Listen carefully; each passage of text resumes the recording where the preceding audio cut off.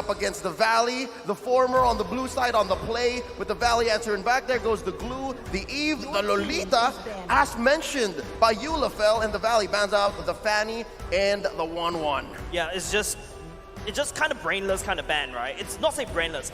I would say this is a no question asked. Just take away that Super Shark's Lolita, take away the Eve from the side of Hoon as well, making sure the Valley is uncomfortable, and then draft an uncomfortable draft for themselves, and then be unpredictable, and let's just fight it down to the mechanics. Right now, since Todak, they are the first pick, I want to see whether the Valley, they will ban out the Kaja, the carry, or let both through, because both those heroes are very good for both teams. So if Kaja is let through for Todak, then they could really set the pace of the match. If they have a carry, then it's just drive around the carry. Make sure that Momo, because again, we're expecting Momo to go to the gold lane to really set the tempo. So this is a very good spot for you to pick up the carry. Yep, and if you do get the carry, I think the Valley, that answers one of their main fears last night in that post-match interview.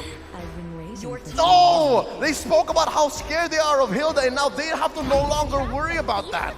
The counter to the Hilda, right? The peel, no longer there. First pick for Todak, the carry. The answer, though, the Joy, who no longer now has 100% appearance in M4. How are you feeling about this Joy first pick? Personally, I feel like the Joy, especially after watching the previous series, I don't see the massive impact that Joy could actually output. Yes, she's super annoying. Yes, she could dish and dash around you, and she's super hard to catch, but she doesn't really do any damage. She also doesn't peel as well as at the same time. You can't really split push, you can't really jump from one point to the map to another, but also another big question is, Joy is flexible, and speaking about flexibility, the Valentina comes into play for the Valley.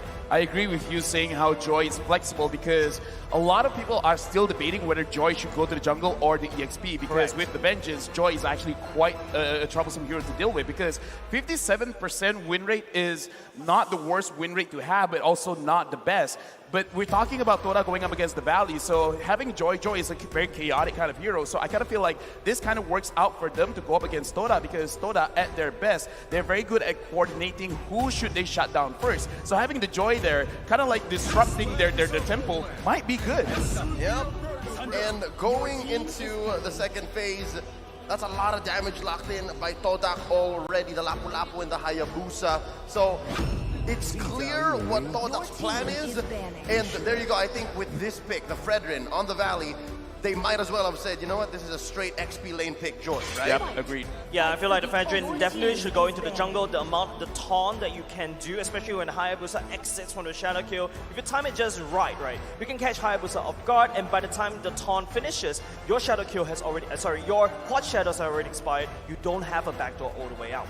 I'm really looking at what kind of hero can Yusuke use, because if he uses a hero that has a very big ult, it's gonna really detriment them, because the fact that the Valentina is there, it's very problematic. Hilda is quite good going up against the Valentina, but has been banned out. So really, I'm looking at a hero. And here, Basic, his M4 stats, Basic's Bloodbath, the only player that got 2 Maniacs in M4 World Championship. But I gotta say, Jiku had 1. So that's big questions, right? I mean, yeah, that's half of what Basic has. 2 questions raised immediately, right? What's Yumski gonna play, and what's Basic gonna play? How is he going to get to that point wherein he's breaking his own record, or maybe possibly 3 Maniacs, or maybe even a Savage at M4? So now with that Claude ban, it looks like Coach Amux and Coach Azim know that they have to protect themselves from this prime level of Basic. There goes the Kadira. One more. It's just going to be a gold lane ban. I feel like it's definitely going to be a gold lane ban. Basic with super bloodthirsty, already 2 Maniacs. You don't want to give something that's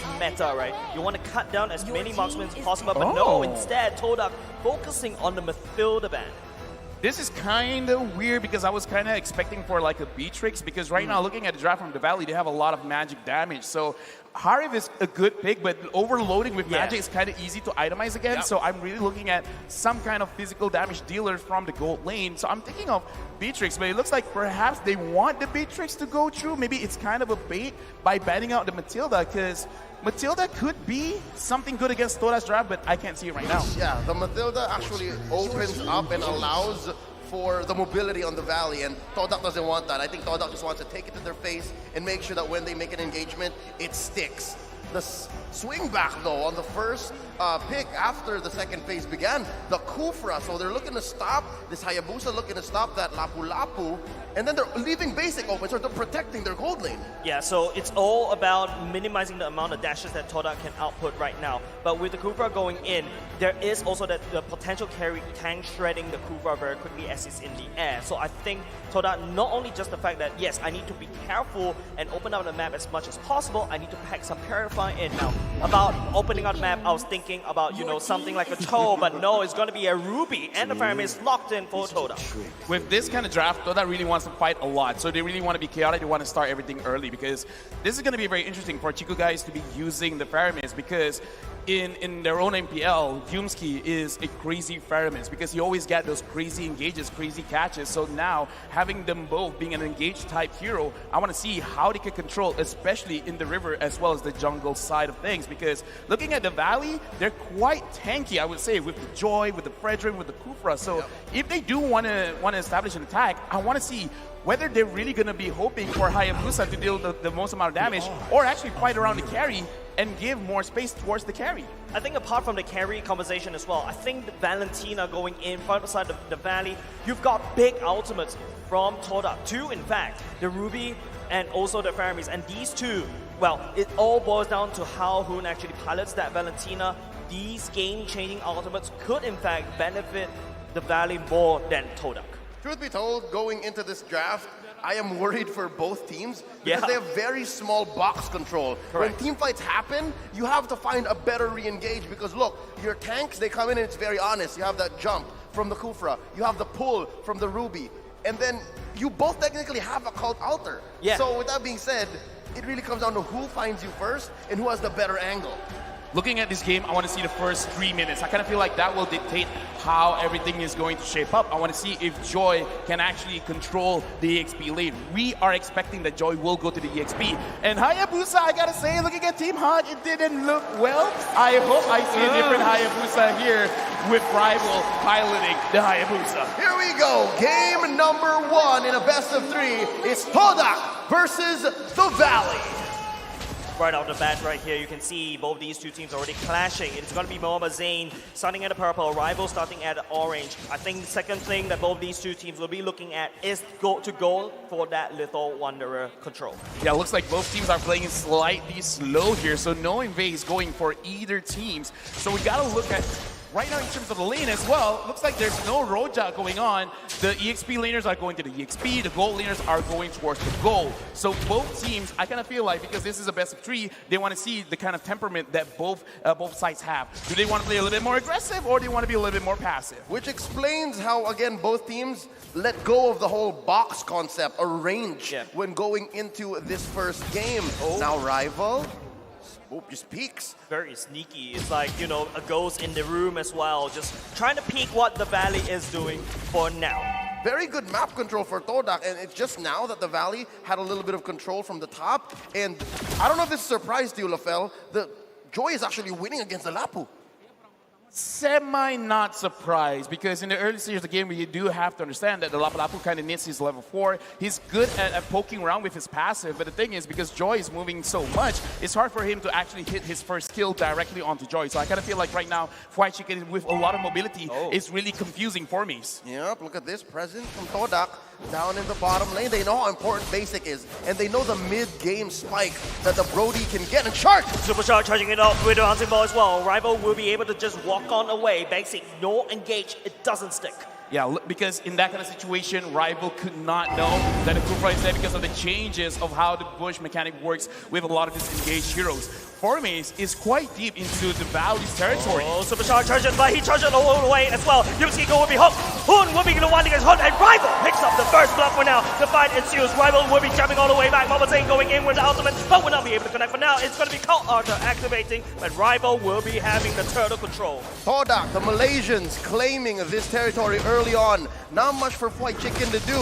He has spent his ult, so he unlocked it, giving Todak a clear and free turtle in about 30 seconds after the turtle spawned. Yeah, and that is because Formaze was able to dictate the pace because he went into the Valley territory, actually forcing everyone to go towards him. And right now, Todak is in the third for the highest average total kills at 1.7 in M4. And it's not really that surprising because they're really focusing on this early and mid stage of the game. So the Valley, they're still in a good situation because the difference in goal is only 400. It really doesn't make that big of a difference. Now, this is going into the 3-minute mark, right, Lafel? Looking at the state of the map right here, Todak has already picked up the first turtle and also a bit of a goal lead, but not too far.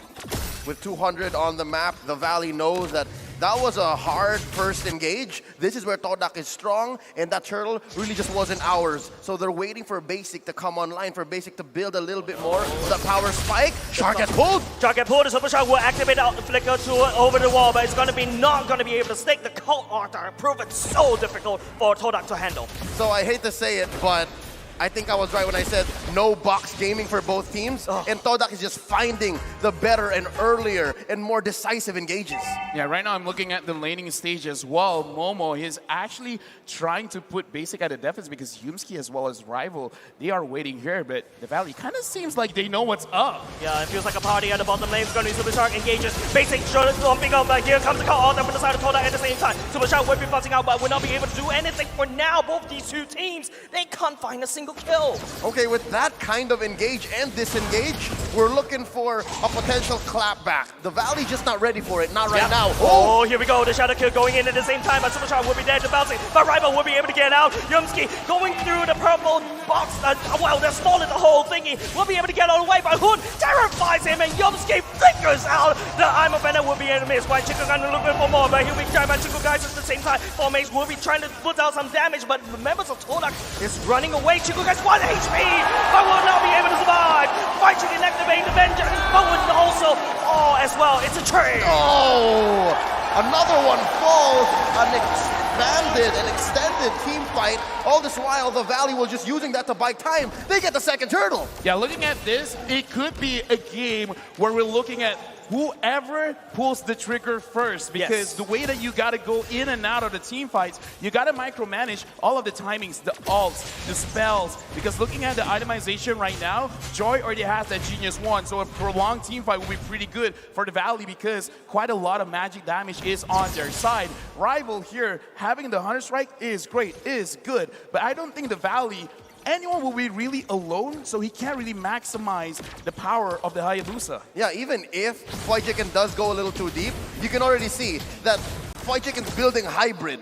And I guess this is the best kind of Joy we'll ever see in M4. At least that's my personal opinion. Yeah, I totally agree, right? Remember, we talked about Joy. We're not too sure where she should go. Even there's a lot of debates online. And I feel like White Chicken is using this Joy to the best of what she can do, right? Pop the Vengeance, find a pick up at the back line, be super annoying, and then, cause some chaos at the chaos. All right, so far, it looks like the Valley has found their aggressive streak. White Chicken, though. Given an 800, 1K gold lead here in the mid-game 6 minutes, I'm thinking possibly just one more turtle before I start seeing Lord.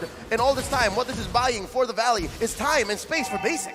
Yeah, right now Basic is looking pretty good because we got to remember that the Brody is pretty strong in terms of burst damage and has been buffed up recently in the previous patch. So people are like, oh, maybe he's not that strong mid-game, late game. No, not really. Brody right now is actually a monster. So if he can wait out for Chiku guys to use his ult, then Basic will pop off in this game. I feel like what the Valley is trying to do right here is, right, I don't think they're looking for the kills. They're just trying to scare off Todak, make sure they don't engage, use Brody, use the Basic to basically push down the turrets very slow. Look at the bottom side. It's really hurting for the side of Todak, but Super Shark charges.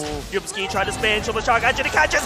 Yubski all the way at the back line, but Chiku guys activate Call Out both sides. Activated Call Out there as well. It's going to be the battle of the sustain and both sides, but Momo, he's actually free-hitting. Basic jumping at Chiku guys drag 4-5 members. It is a disaster. Overside for the Valley, and Rival is still alive as well. Trying to output some damage, but the sustainability coming up in the Valley is still there. But Rival, the assassin, oh my goodness, he's still going at it as well. White Chicken buying some time, but the damage is down. 3-man goes down for the Valley. White Chicken still trying. It's Formaze and Rival. 2v1. White Chicken still gets it, shutting down the rookie jungler. And all this time I was gonna say, Formaze fashionably late, but not enough time to kill White Chicken. Well, looks like the Joy with the Vengeance is the answer. That's but right. I gotta say, this is a good style for both teams because whether it's a good decision or not, if someone says goes in, everyone goes in, and that's what we see from Todak because it was quite an over-aggression because Momo, he flickered in trying to get those kills, but he put himself in a very, very tough spot where he received a lot of damage from the Valley. So I like this level of play. I like this level of trust, but they gotta make sure that the right calls are being made. Yep, slowly we are seeing how that head-to-head graph came to be. We're seeing now how the Valley can come back, find these angles, and again, take control of the mid game. There you go, that last turtle went over to the Valley. You see that Basic has built his Malefic Roar. So as soon as he gets like at least 2 stacks on somebody, someone's going down. Yeah, I really don't think this is a really good fight from the side of Todak. They're just trying to put some pressure on the top side. Mobazane is already here.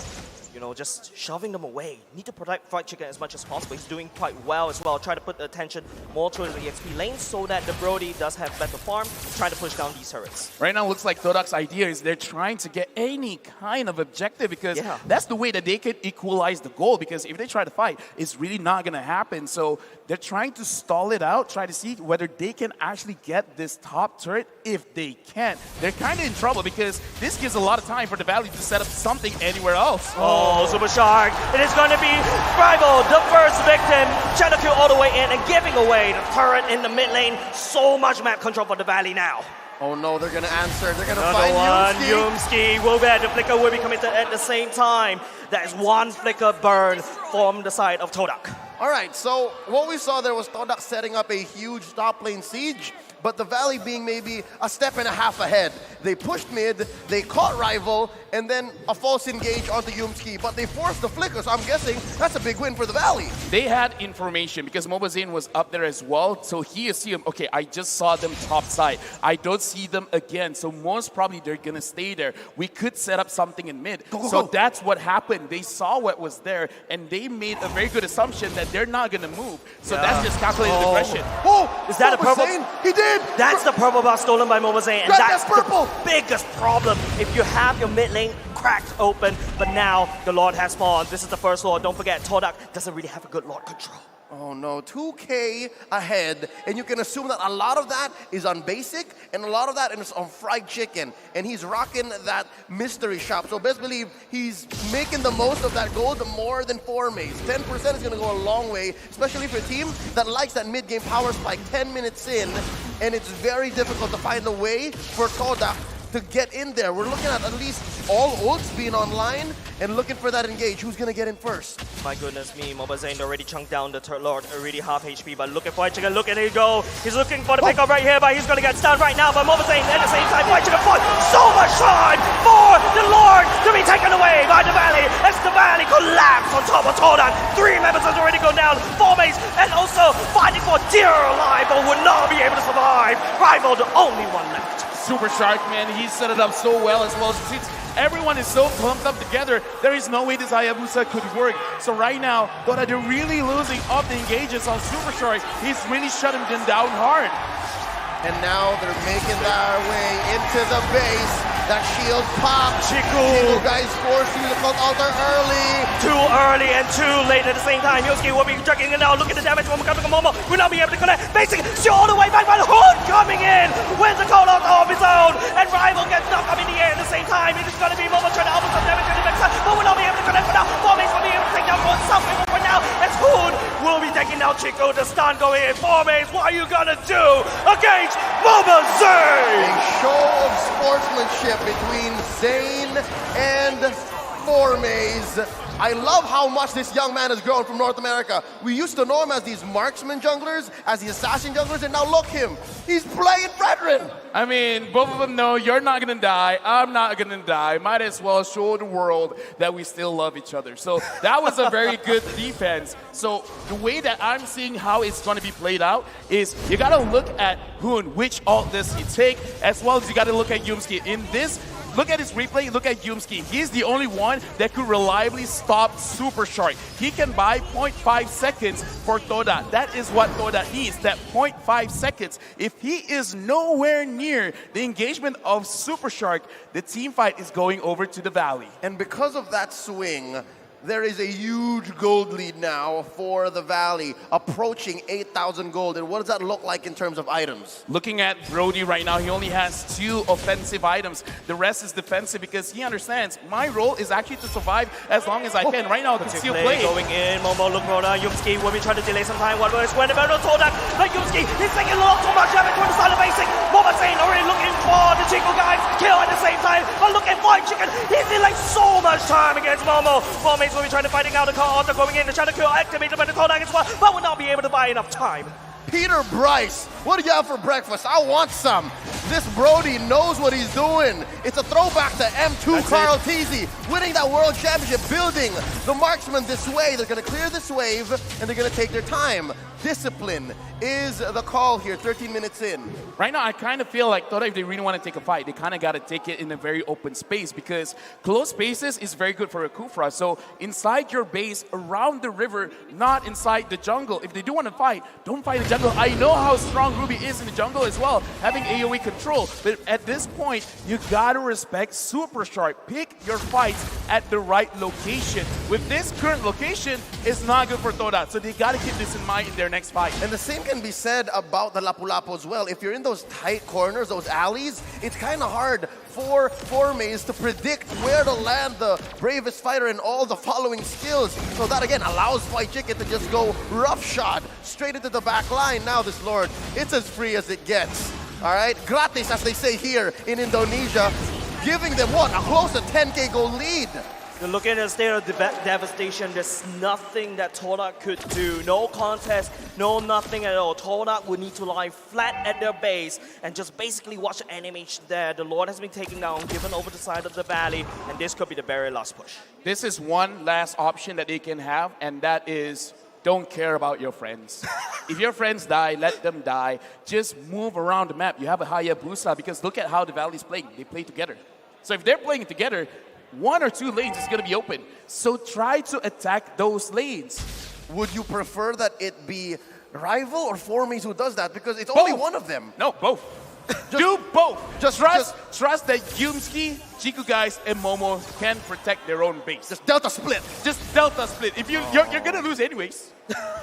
No, not like this. Not like this, Falafel, not like this. The conceal play going in. The Lord is already rampaging all across the base for now. Bottom side has already been destroyed by the side of Valley. It's up to Todak to try to defend. No one is coming to anything for now. It's going to be Super charging at the same time. Look at the defense coming up from Todak at the same time. White Chicken going on the back line. Momo will be able to do some damage. The Lord is still getting chunked out by the side of Todak. Nice defense, question mark, but that will be it. But Yumski, he goes in. The co-hosts are going to be activated. It's going to be a full fast battle in a bloodbath happening in the base of Todak as the Valley will slowly make its way to the core. And they are not going to stop there. They are not going to go down without a fight as they will be chunking down on the core for the sweet victory. The Langar has been quelled for now. Game 1 goes over to the Valley. Yeah, looking at that, I kind of feel like Todak, they gotta look at Super Shark and they gotta look at the drop in terms of White Chicken's potential, because I've been talking about White Chicken as well, that it kind of looks like he doesn't care what kind of hero he gets. He will always make sure that he wins the lane. So maybe in the upcoming draft, you gotta really make sure whatever hero Formaze picks